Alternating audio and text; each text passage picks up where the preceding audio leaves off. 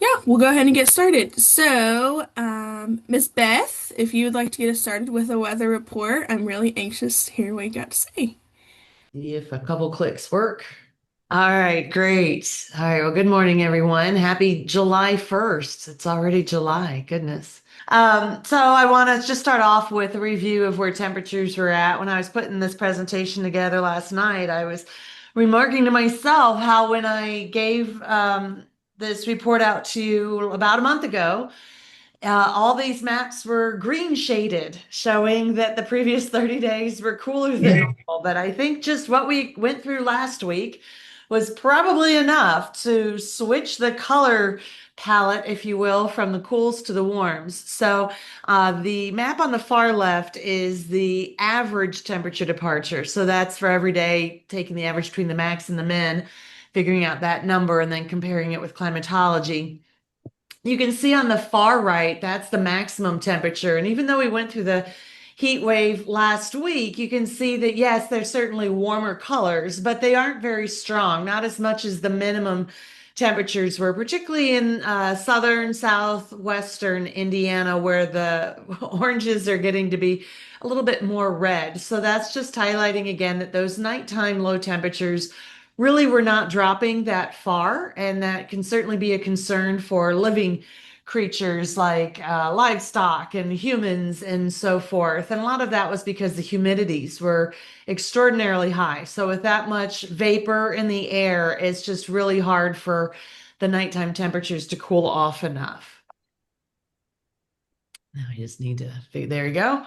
Thinking of temperatures, but putting that more into growing degree day perspective, this is the modified growing degree day. So that's where we not only have the base of 50 degrees Fahrenheit, but we cap it at 86. And across the state, at the values at this point, starting accumulations on April 1st, run from about 1,000 up to about 1,500 units.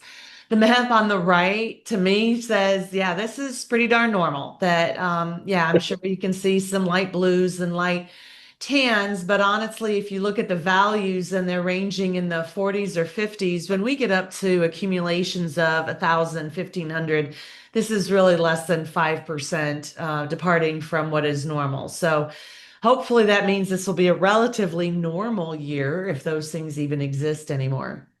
Shifting now into precipitation and drought. This is the latest map from the U.S. Drought Monitor. It was released last Thursday for conditions through last Tuesday. So last Tuesday really preceded a lot of the extreme heat. One of the big changes here, so certainly northwestern Indiana is still experiencing abnormally dry conditions. That's the yellow shading, with a couple of areas in the moderate drought category. I was the person who recommended to the national author last week, and that was when I wanted to break up. Originally, we had kind of one area of D1 or of that tan shading, and enough storms had passed through that we were able to break up that period. I had assumed, quite honestly, that we would combine those areas again this week in the recommendations, but I'll show you a couple of products that say, nope, we don't have to. Our current recommendations will not to be to combine that. So now looking at the last 30 days of precipitation, the map on the left gives the total accumulation for the last 30 days. And so some pretty good amounts, but the middle and the right map show the departure from normal for that same 30-day period. And we can see that there was a lot of above normal precipitation, regardless whether you look at departure in inches or the percent of normal. In that northwestern area that was highlighted as abnormally dry, it does look like, yes, it was drier, but not by a whole lot. However, I do want to call out for those that are curious about the U.S. Drought Monitor that it usually has to encompass everything, not only in the most recent short term, but long term as well. So if I were to really take up a lot more of your time and show you, say, the last 60, 90, or even 120-day precipitation maps, you would see that there is some dryness in that area still. So even though there's improvement, we're going to keep that dry area in our recommendations. There's two other areas though that I am keeping an eye on, and I'm going to call this out because I ask all of you weekly. Sometimes I don't get my email out in time to please submit those county reports. But you'll see along the Ohio River, particularly what I'm calling the greater Louisville area, dryness is happening, at least in the last 30 days, but it's starting to show some subtle signals in the longer term. So if you are located in those counties, please take some time, if you don't mind, to fill out those 2 question surveys every week to just let me know, are things worsening? Do we need to encourage the U.S. Drought Monitor to introduce even at least abnormally dry conditions? The other one is over right now on these maps. It's showing Adams County. So that's along the Ohio-Indiana border. You see some intrusion of some abnormally dry. So if you're over in that area and see some dryness, please let me know as well. Moving on to soil moisture, and this is from the Purdue Mesonet. So these are the station locations across the state. The map on the left is for the 4-inch depth, and the map on the right is for the 8-inch depth. For most of these sites, except for the top 2 in the Northwest and the one down in Knox County, SWAPAC, I usually use about a 15 percentage moisture thing for the wilting point. And I think it's like around 25 or 30 for field capacity. So for these particular products, you can see that the soil moisture at those depths is still looking pretty good. The exception, of course, is the northwestern area, but those are very sandy soils. And I think 9% is considered wilting point if it's truly sandy soil. So yes, the ASIL site is very dry. PPAC is getting close to that point. I sometimes like to look and see, well, how has things changed just over the past week? Are things drying out or getting wetter? And most of these tan gray colors that you see in both plots, 4-inch depth is on the left, 8-inch depth is on the right. You see that there are some gradual declines, not any major declines at this point, but that's actually kind of expected with the heat that we experienced last week. There was precipitation that came through, but I would expect those numbers to continue to decline. You can see a couple of blue stations, certainly at our site in Greene County and at Felden, FPAC, experienced some increase. And then at the 4-inch depth, DPAC had a huge increase, but otherwise we see mostly general declines. So here I did want to call out a major, major thank you to all of you guys for taking the time to fill out the survey, the county surveys each week. This is the map that I saw yesterday morning that I put together and share with a national author. So again, the time you take to just fill out those 2 questions, where the first question is just, what do you think the category should be for the U.S. Drought Monitor across your county? And then the second one that's actually critically important is, and why in terms of impacts, not because, oh, well, it hasn't rained in a while, or, oh, we've gotten lots of rain. Because you can see from the maps, I can actually see how much it's rained. I can, for the most part, assume certain soil moistures. What I can't see, unless I visit all of your counties, are what are the impacts that you're seeing. So those, I looked at some of those that were shaded, and you can see that I call them out. And I literally call them out and put a slide and give it to the national author. So I'll literally put, like you see in the top left, Stark County, farmers are starting to irrigate, because that's what you guys put in the impacts that you're seeing. A couple cases of lawns browning, of corn rolling. So again, I really would love to encourage you to continue to fill out those reports. If you haven't filled out a report, please start thinking to do so, especially in those areas where I have those concerns, like down along the Ohio River on that Adams County area and around. It seems like we're getting really good input there. And then because that northwestern part of our state is in that abnormally dry, you can see that at the time I pulled this map, we didn't have that many reports. There's still a lot of counties that weren't reporting. And to me, that's critical, so I know exactly where to draw those lines.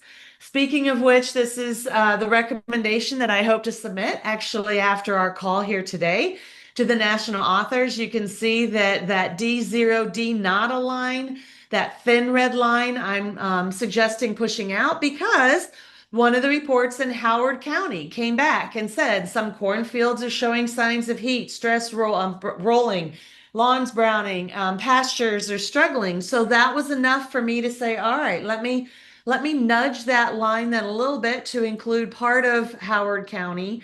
Maybe I should include all of it. And then you can see the D1 areas. I said, I think we need to smooth those out or extend them. So I guess I'm taking so much valuable time emphasizing this because I need to hear from you. I really need to hear from you and the impacts you're seeing. If you actually just gave a recommendation of, I think it should be D1, but you don't provide any justification in the impacts or your impacts saying, because we haven't seen any rain lately, then I really can't forward that on to the national authors because it's not demonstrating on the ground impacts that are happening because of the drought.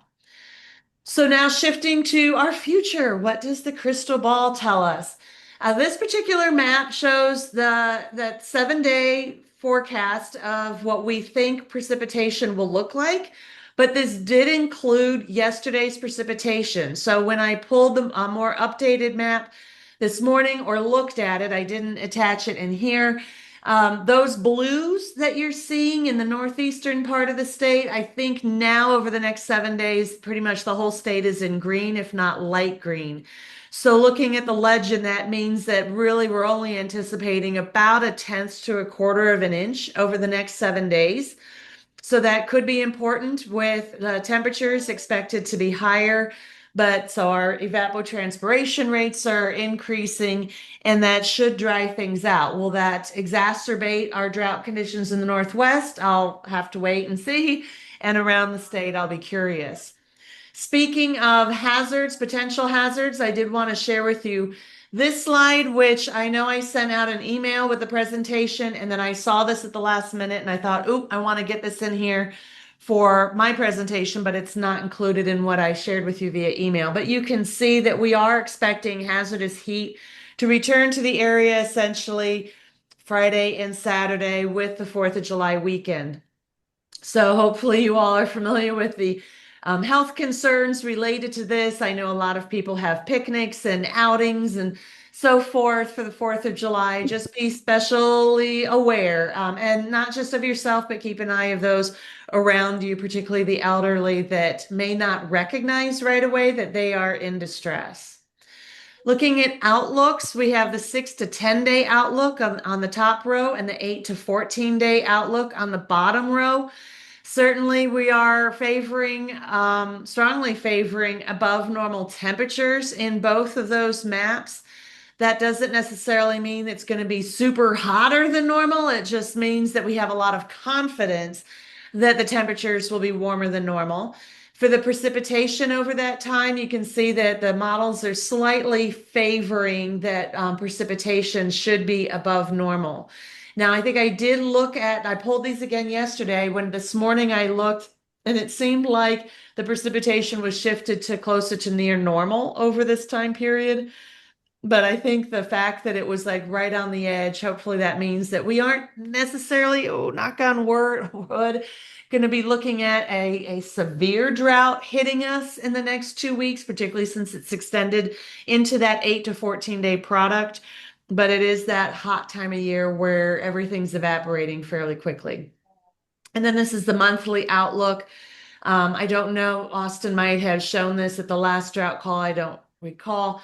But in general, for the rest of this month, or for July at the time, it was saying not too much information known with temperature, but precipitation's favoring above normal precipitation for July. And then the July, August, September period, you can see kind of the similar message, except we have a bit more confidence that temperatures are going to be above normal for that 3 month period. Thank you, Beth. Yes, thank you so much. Yeah. Okay. Awesome. Let's move on to corn with Dan Quinn. Corn side is, again, I'll probably reiterate this, every time we do this meeting, it's just all over the place. Depends on where you're at in the state.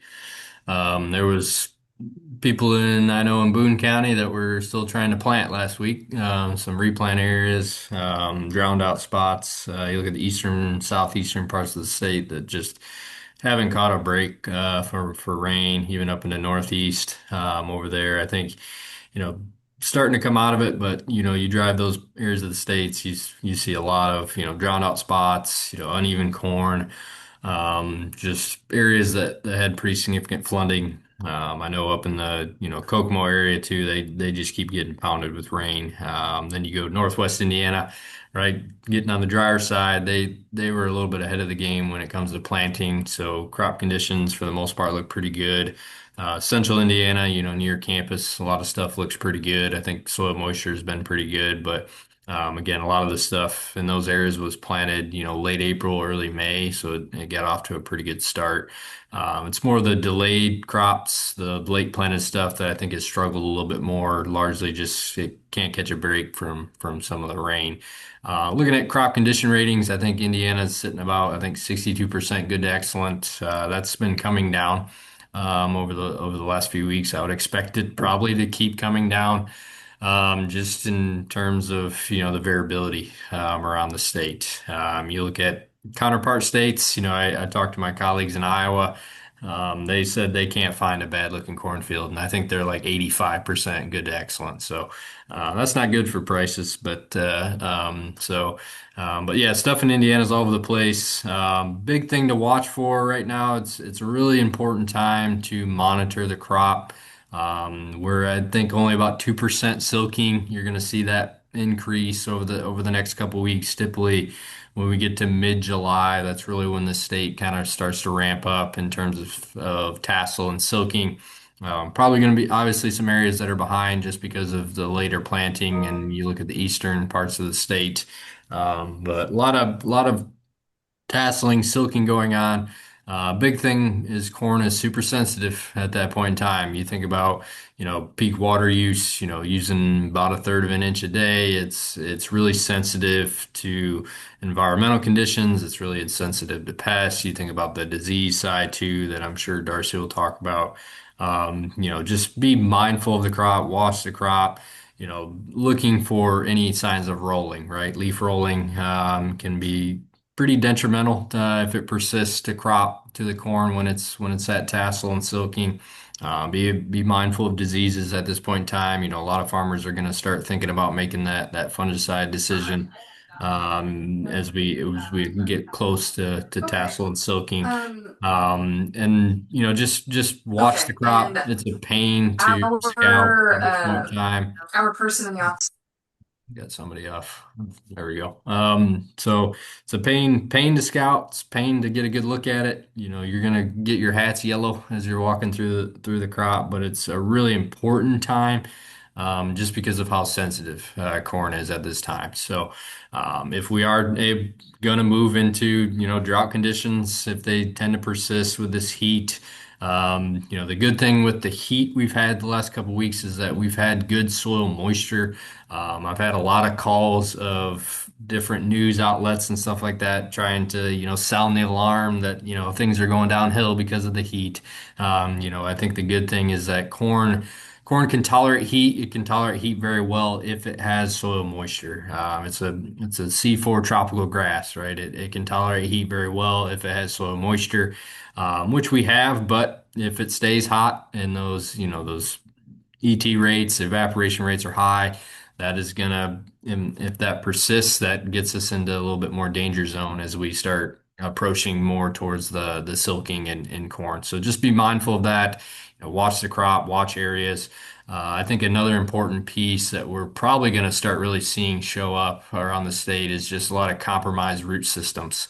And so a lot of corn was slammed in. A lot of it was planted late. A lot of it had wet feet. A lot of farmers that, when they get impatient and they're behind and it's June, they're going to push it. And I know there's some that were pushed, some that kind of came up, didn't turn out very well. They replanted some.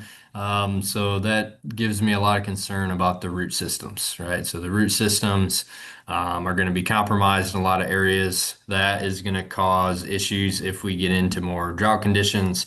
You might start seeing some nutrient deficiencies show up, stuff like that. So be mindful of the crop as it progresses. especially in those areas that have struggled, right? I think, last 2 years, you look at the last 2 years, right? We had pretty dry late Mays, dry Junes. I think that really helped establish a deep root system.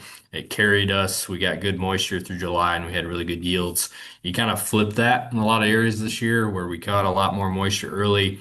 A lot of stuff was planted a little bit later. I do think we're going to see some of those root systems just not being as robust or as deep as what they have been in the last couple of years. So you think about as we move into, high heat. If we get into some drought conditions in some of these areas where the faucet shuts off, we may start seeing then some of that stress show up a lot earlier in the crop. But big thing with Indiana, right? It's just all over the place, right? There's corn just planted. There's corn that's V2. There's corn that's tasseling. I was walking some corn that was planted mid-April this morning that is just starting to tassel. So stuff is all over the place. Depends on where you're at. So be mindful of where the crop is at, what conditions it went into. Pay attention to what the crop's telling you, what the stress is like in some of those areas, and especially the areas that have been, haven't caught much of a break in terms of some of that rainfall. And you think about some of the root systems. But as we get to mid-July, right, really critical time for corn. A lot of environmental conditions can make or break a corn crop in the month of July. When we look at previous data, July is the number one month in terms of influence of precipitation and temperature on corn yield. So pay attention to it, watch it, be mindful of any stresses, diseases, pests, stuff like that, because when corn is at silking and tassel, that is when we see the biggest percent yield reductions with some of these stresses. So really critical time to be monitoring the crop. Still a lot of corn that looks pretty good, but a lot of variable crop out there too, just largely with delayed planting and just not catching a break from some of that rainfall as we move forward. But nothing major. It's just highly variable across the state. Depends on where you're at and what the issues are. But big thing that I stress right now is just watching the crop and be mindful of the environmental conditions, be mindful of rolling, anything like that. Be mindful of diseases start showing up right now. So just keep an eye on it, and we'll watch it and see what the month of July does. If we catch good rainfall in the month of July, we might be okay. Faucet shuts off, right? And we have some issues, have some high heat, low relative humidity that can cause silk issues, stuff like that. We can have some issues. So this is a big month for corn. We're at July 1 right now. This big month. So we'll see what happens through here. Awesome. Thank you so much. Okay. Shaun with soybeans. All right, so in terms of soybeans, we're following a similar trend in terms of what the corn said, the haves and the have-nots as far as growth stages. They're going to mirror those same kind of areas that Dan talked about, right? You think about the Northeast area and the East Central that had some delays and wet feet and trying to get out in the field. And those were, maybe V2, V3 right now. V2 last week, probably V3 this week. And I'm just walking fields this morning, and mid-April's were R2 last week, so full bloom, and probably a few more days we'll come into first pod here, so R3. So definitely a strong range in terms of growth stages across the state. One thing I have been noticing is how short this crop is. I think a lot of it comes down to, if we go back to how the crop was growing in May and early June, a lot of us were like, this just seems to be holding out, just not advancing very much. And I think we had some of the just slower growing conditions. We didn't have the heat units at that point.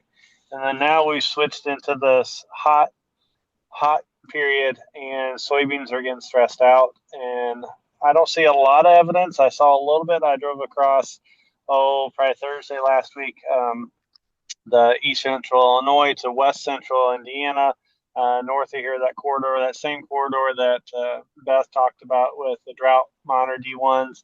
And it was evident, right? You could see corn that was curling. You saw beans starting to flip over and showing their silver green underneath side. So that stressful period, soybeans are just trying to survive. And so we've got the flowering that's R1, R2. So let's go the mid-Aprils. They had coming in this morning with maybe 9 or 10 nodes and almost R3. So a little bit behind. I had some May plantings that I was just looking at this morning. They're R1, almost R2 with 7 or 8 nodes, trifoliate nodes, and in short, down to my shin, wasn't even up to my knee. So this crop is not advancing in terms of vegetative growth, vertical growth. The internodes are stacked. If we get some rain, we can come out of that. And again, soybeans, we want a compact plant. We don't want it so compact that the first pod's 2 inches off the ground.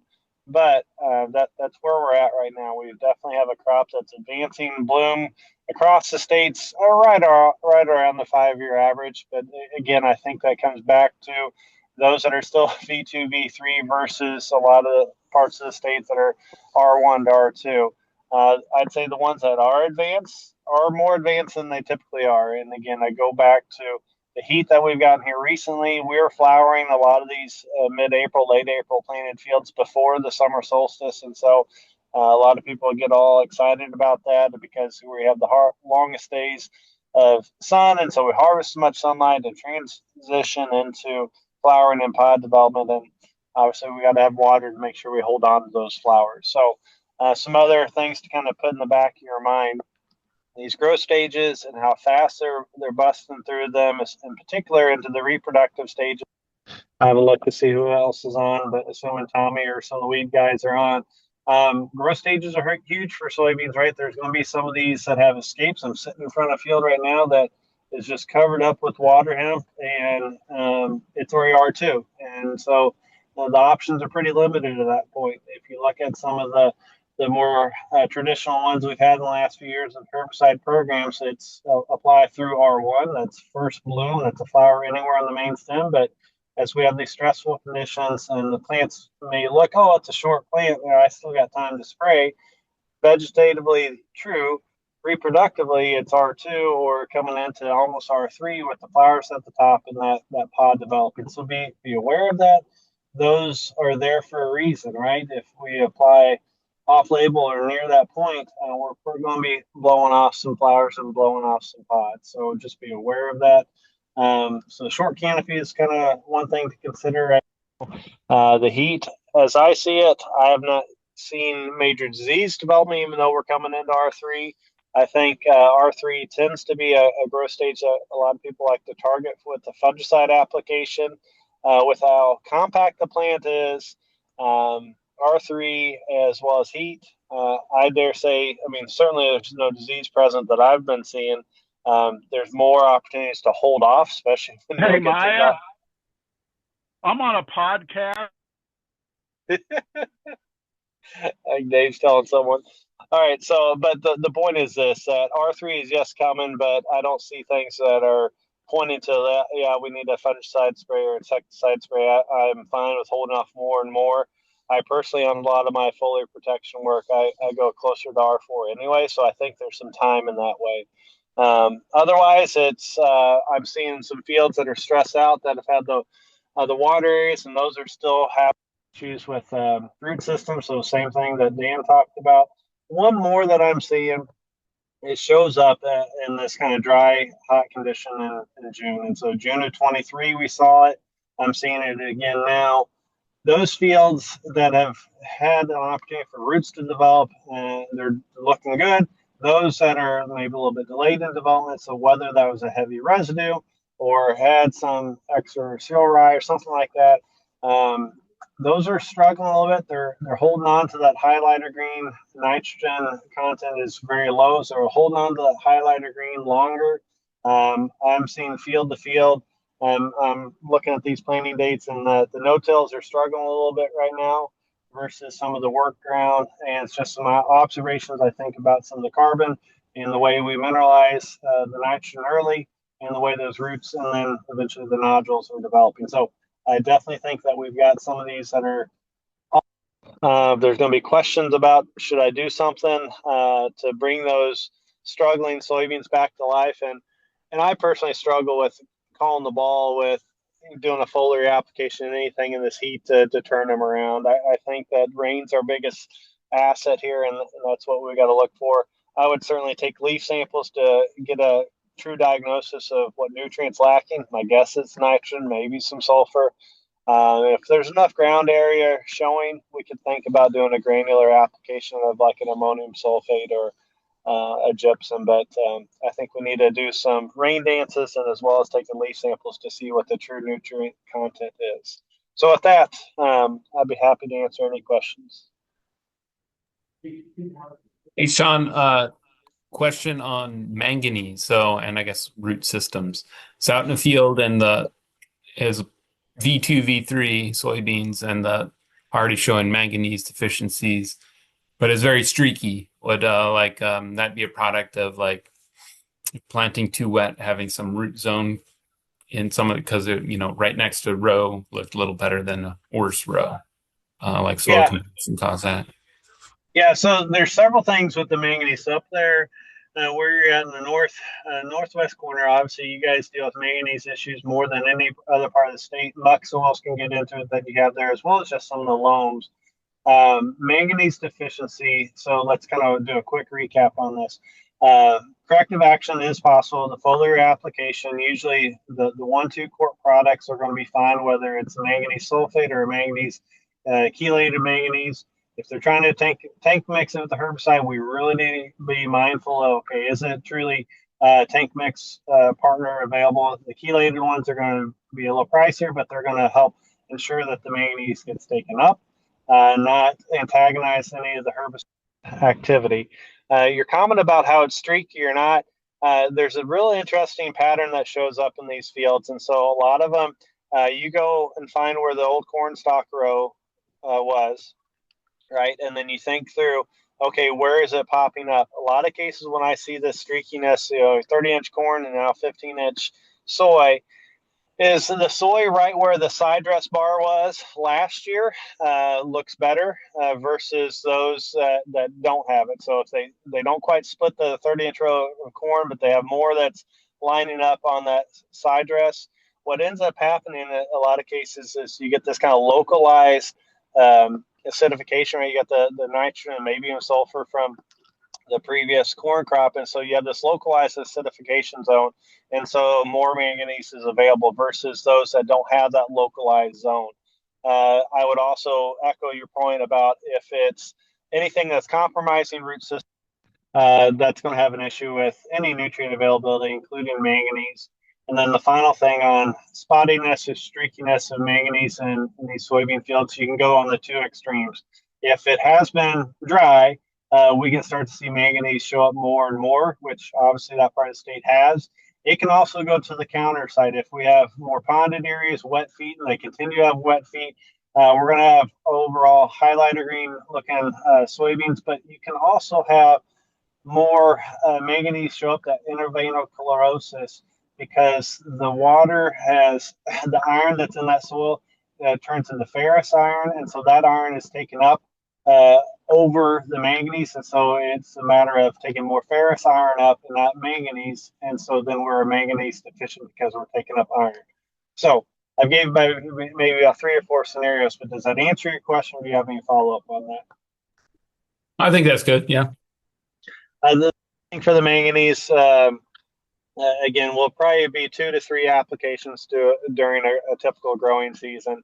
There'll be some curiosities if we can start to map and even do drone type applications on that, but usually 2 to 3 applications is needed.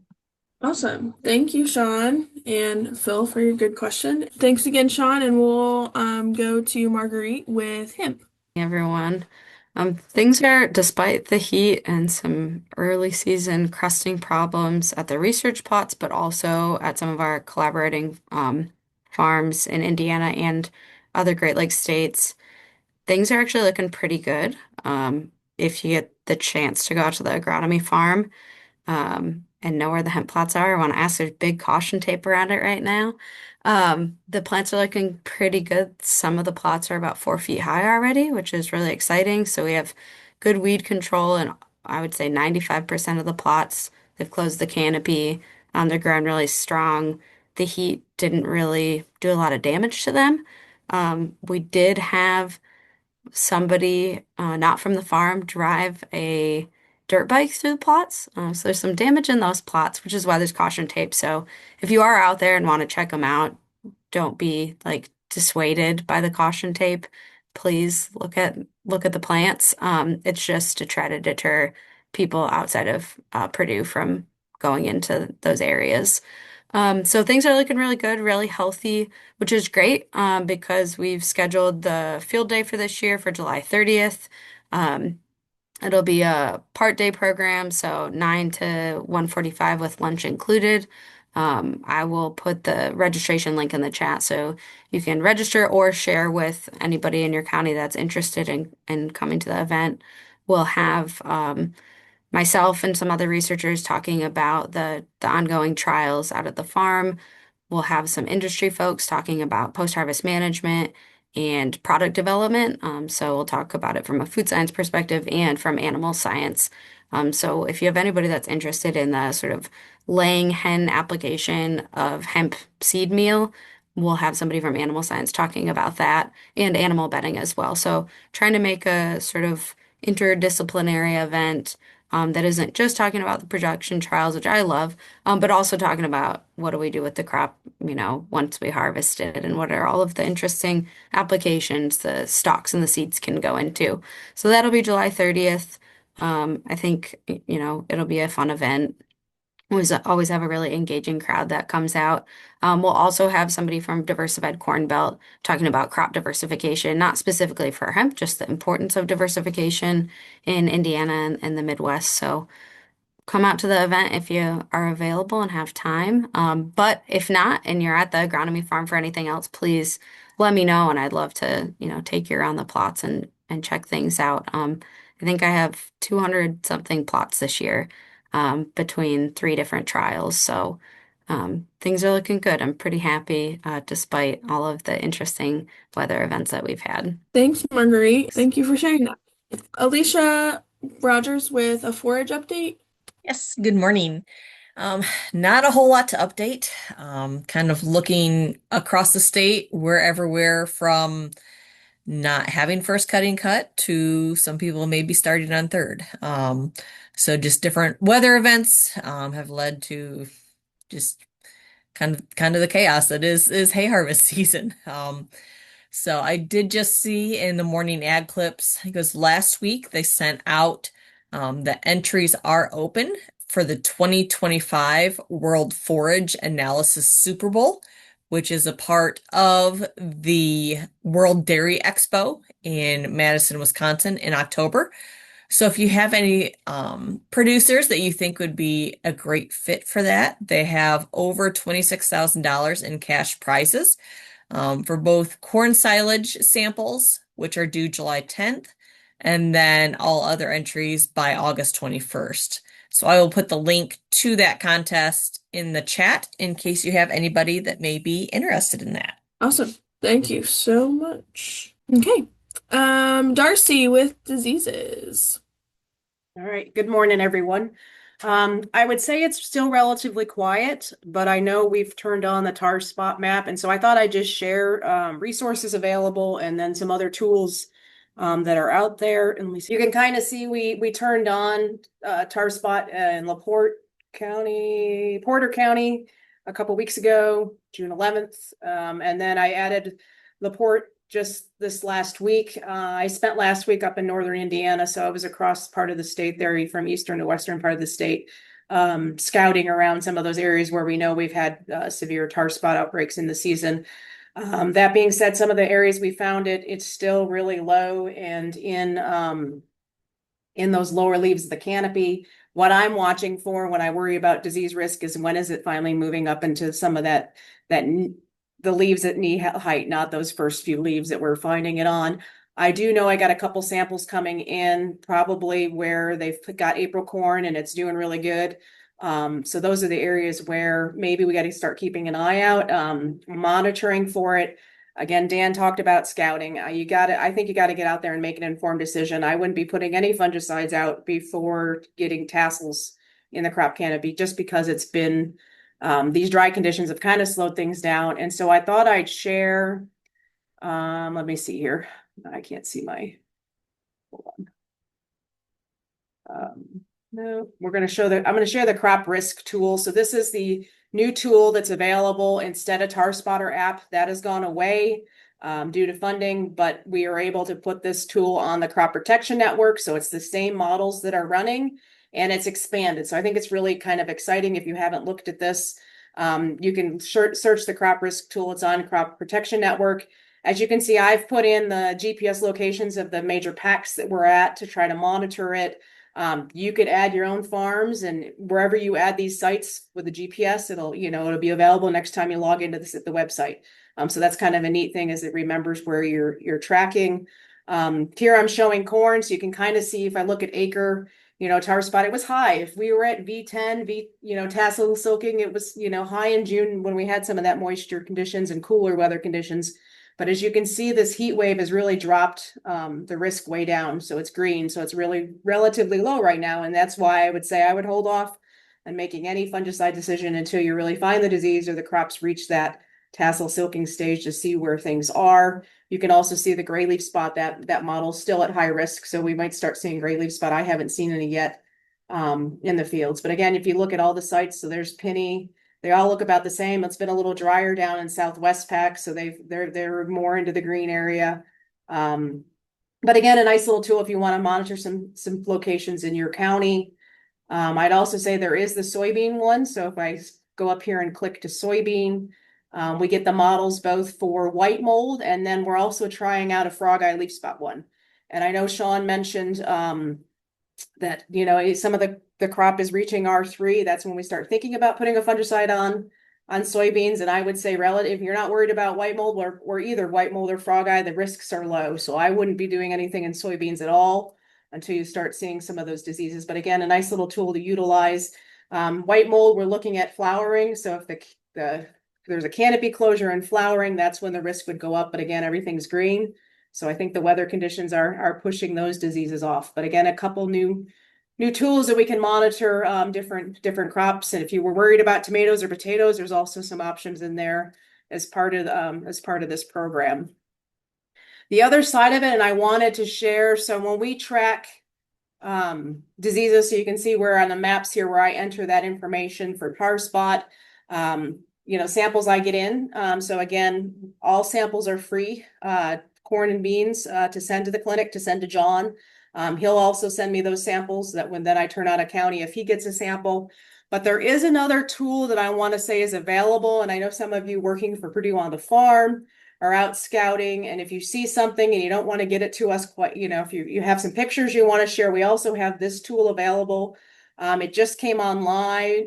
It's just live now. It's supported by the U.S. Soybean Board. But they're incorporating all the major crops. This also pulls my tar spot information, and so it's pulling the mapping of all sorts of diseases. So if you wanted to look this one up, it's available. But if you go in, you can kind of see, I got LaPorte County. There's one report in there of whatever's going on in the crop. If I pull that up, well, this is Porter. You can click on it, and if the information's available, it shows, who reported it, where it's from. If you allow that to be shared.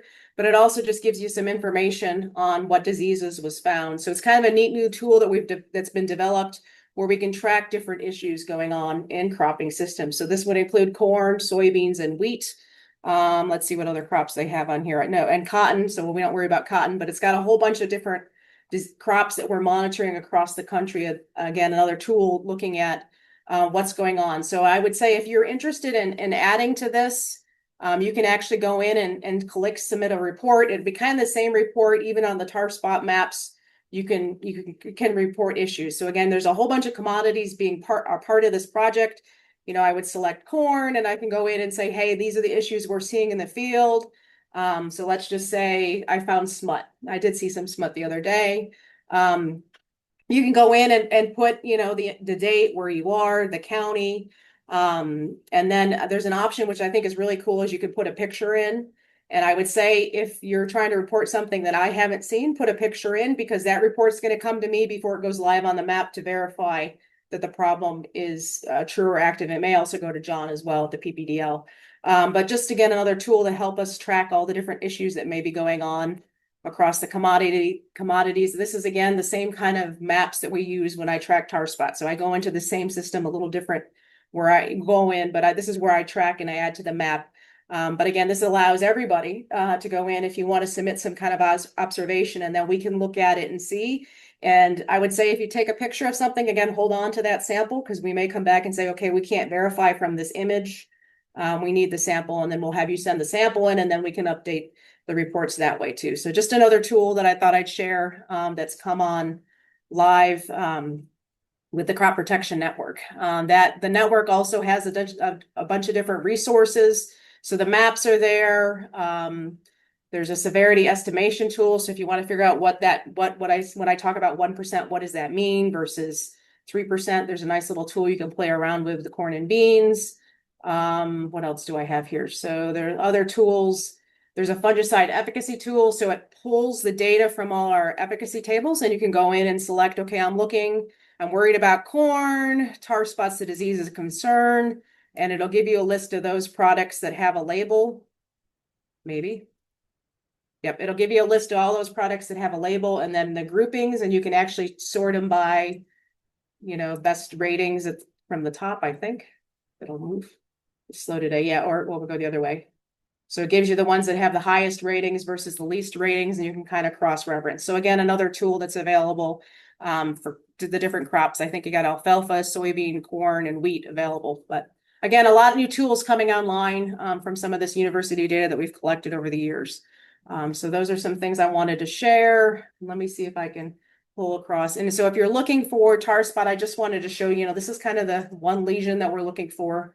Standard picture of what we're trying to scout right now. I haven't seen any come in yet with multiple lesions on the leaf that I'm worried about yet. But again, I think we're still a little bit early, but keeping an eye on it. Southern rust is been documented in the south, so we'll be watching if any of these weather systems move those spores up. We'll be watching to see if any of those pockets appear. Right now, anything I've submitted has generally been common rust, and we haven't really seen tar spot or southern rust from those samples that I found.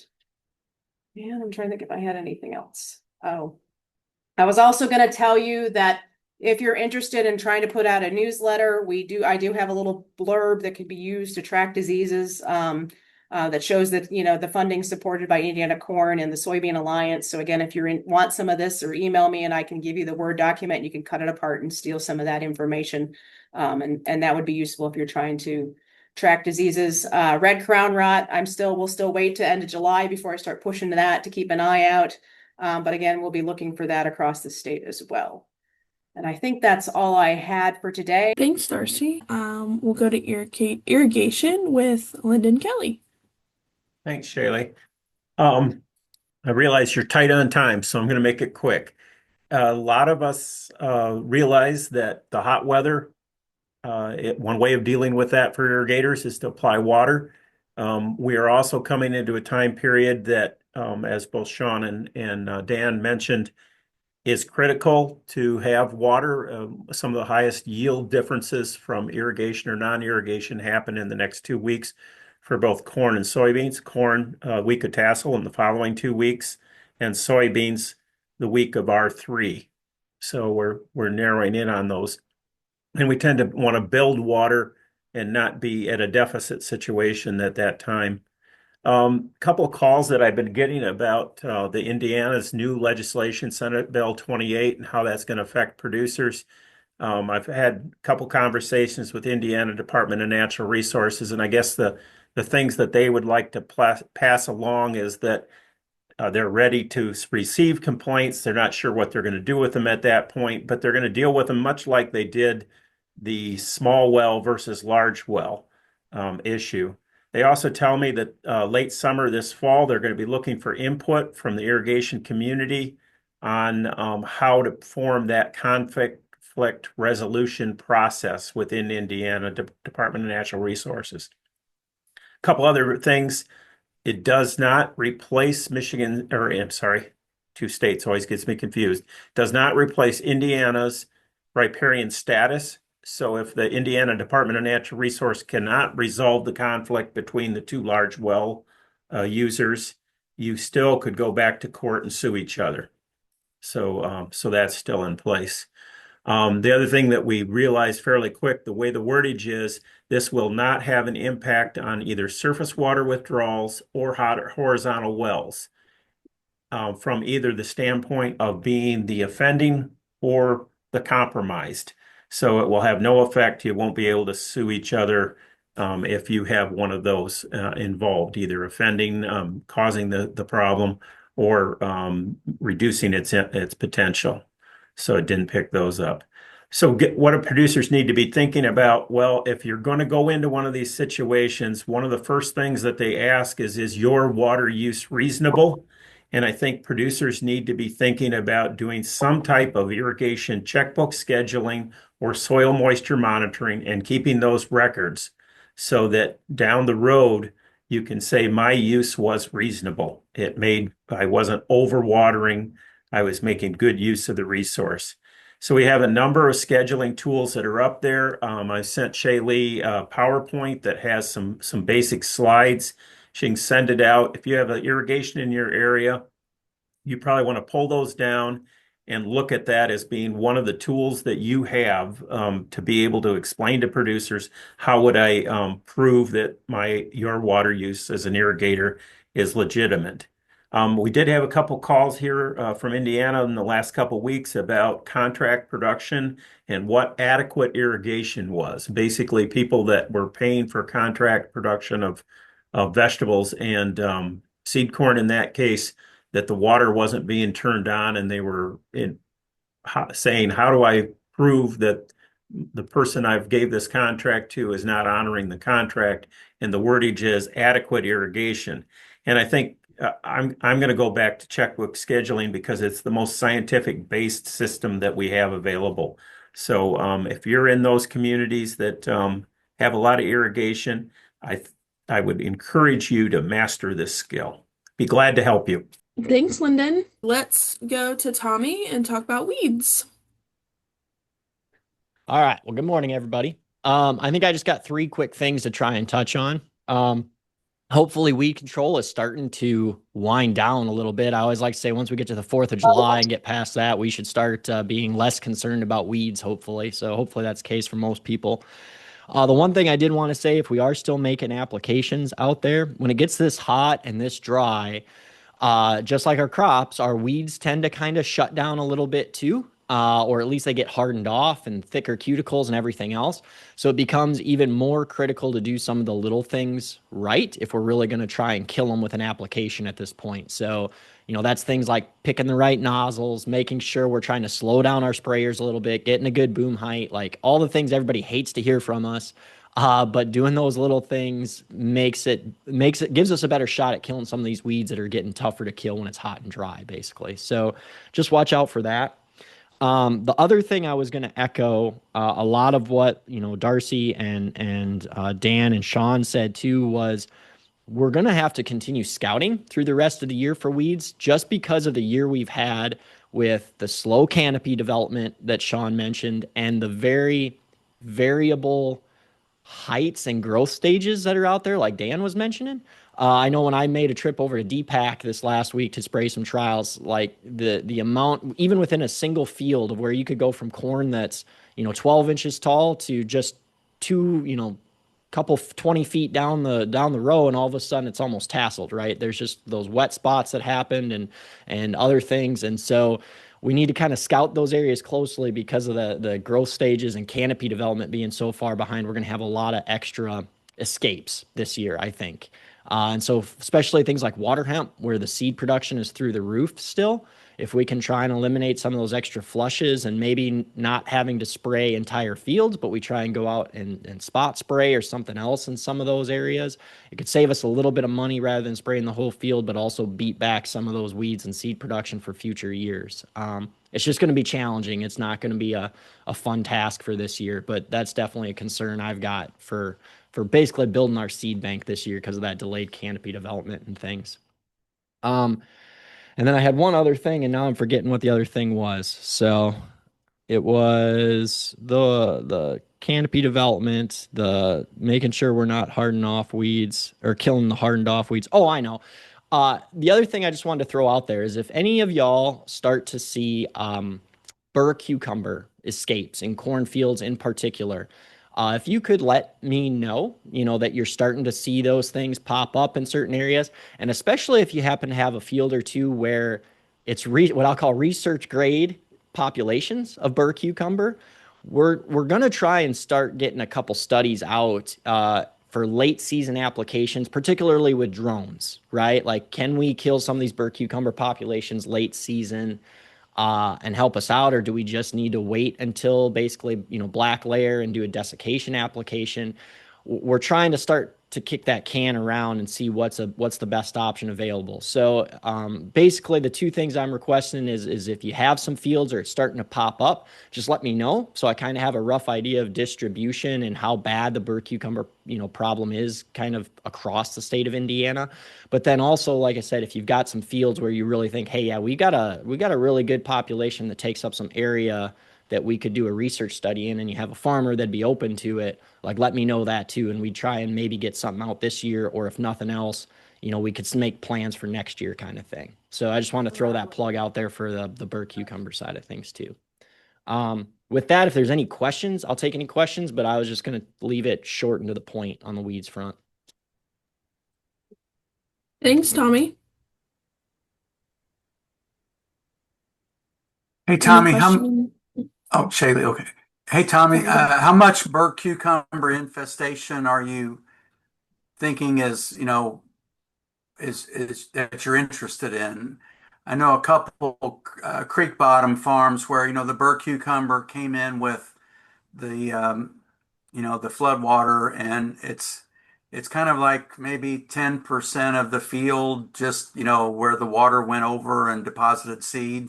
It's not all over completely over the field, but what's kind of your idea of coverage in terms of having a good plot? Yeah, so basically, if it's just letting me know, that we've got some fields with burr cucumber in it, basically anything I'm open to, right? And especially some details, like you said, right? It came in on the riverfront floodwaters, whatever else. Like, I'm good with knowing that.